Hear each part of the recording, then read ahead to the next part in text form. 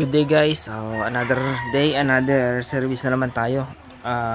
Dito guys, itong automatic jack na ito, ang problema nito guys, nabali yung cutter. Yung pinaka crank ng cutter, yung nagli-link dun sa pinaka para gumana yung cutter, ayan, naputol. So tinalian na lang nila para magamit nila na walang cutter. So itong gagawin natin ngayon. Ayan, tinuturo ko dun sa operator kung paano nangyari, anong nasira. Ayan, naputol yung crank niya. Ayan, O bumili ka o apat. matigas yung mga tornilyo. Ako na. Ang batch grip, tapos para makontrol yung pinaka mahugot natin ng maayos yung tornilyo. Ayan, ayan o, makikita nyo guys, ang laki nung adjustable na ginamit ko para pumigil lang dun sa tornilyo sa kabila para hindi siya umisip. Ayan, Ito na yun. tanggal na. Anong ginawa? Ayan yung pinaka parts na nabalo guys. Ayan, naputol siya. Ayan o, naputol yung pinaka crank, yung nagdudugtong sa para mag-crank yung cutter, inuupuan ng ng moving knife. So ayan, bumaklas tayo sa isang makina para ikabit natin dito kasi walang ma-order ang pyesa, medyo mahal, 1,000 yung parts na yan. So ang ginawa natin, mga ibang makinang hindi ginagamit, kumahoy muna tayo doon para magamit tong isa na to. Ayan, bali install ko na yan dyan o. Sukat naman niya kasi jack din naman yung kinuhanan. Kaya yung kinuhanan na parts is hindi na talaga gumagana yung cutter. May problema yung cutter niya. So ang ginawa natin, kinuha natin yung pyesa na yan para mapagana ito. So dito guys, ang mga gamit nila rito is mga automatic na high speed.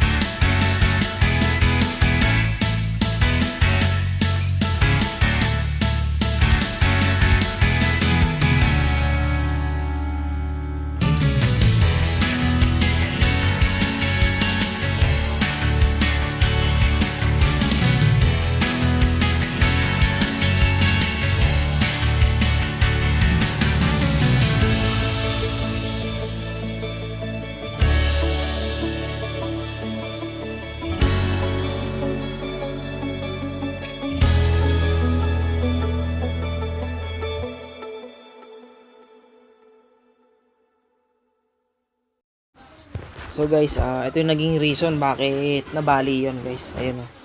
makikita nyo guys yung pinaka tornilyo dun sa pinaka dulo, ayan, tumatama dun sa pinaka bushing nya.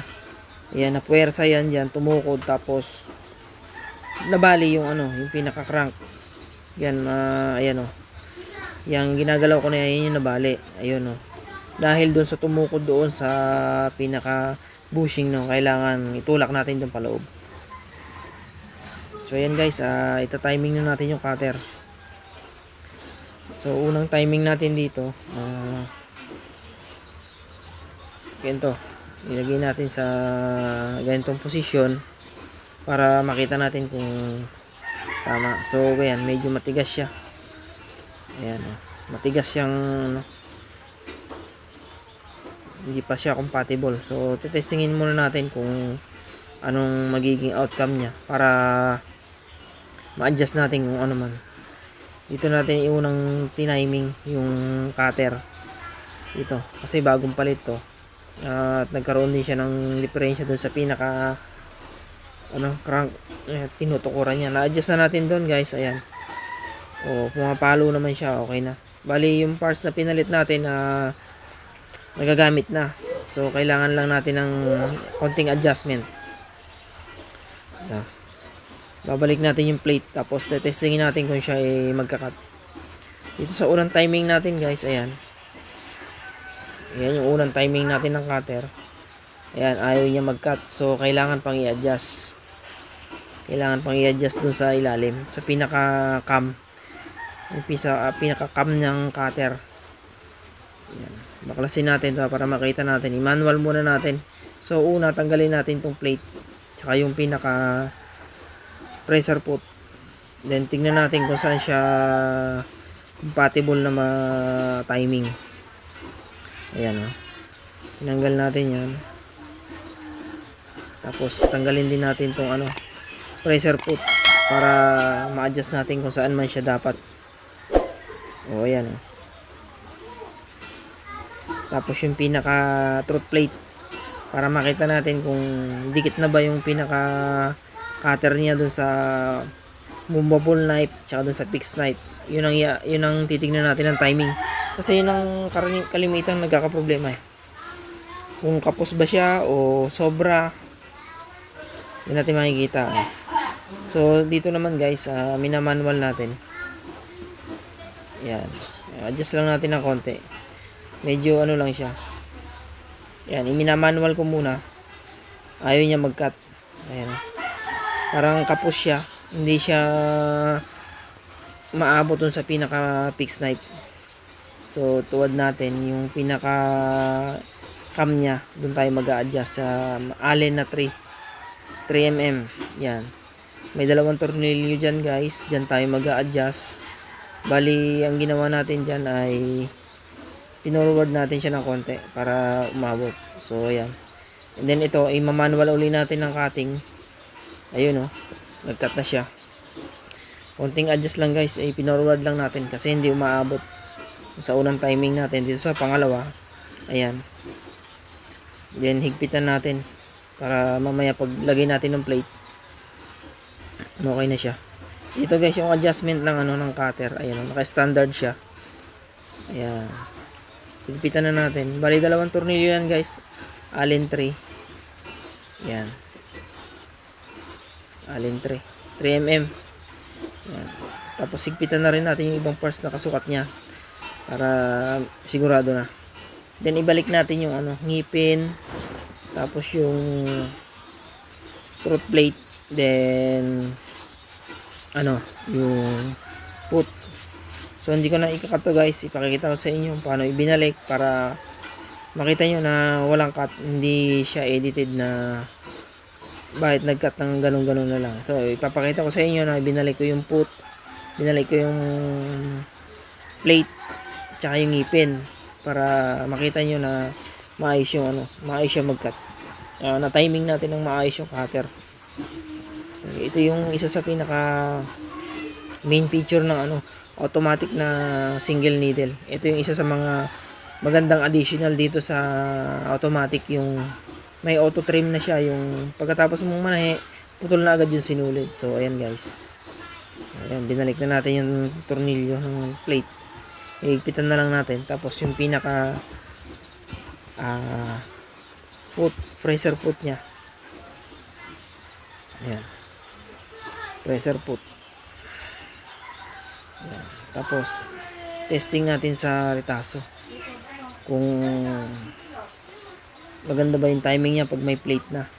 Kanina kasi minanual natin, okay na siya, nagkakat na siya. Ayan. Testing natin sa retaso. Ayan. Yun yung tinestingan natin kanina. Ayun, nagkat na siya guys, oh. Cut na. Ayan, maganda na yung cutting niya, oh. Auto trim niya. Testingin naman natin sa medyo makapal. Ayun, maganda na, oh. Yun guys, lagot. Ayan, testing. Ayan guys, na-timing na natin yung cutter. Okay naman na siya. Ayan, magagamit na. Ayan, i-trinay natin ng i-trinay para matesting natin bago natin ipaupuin sa operator.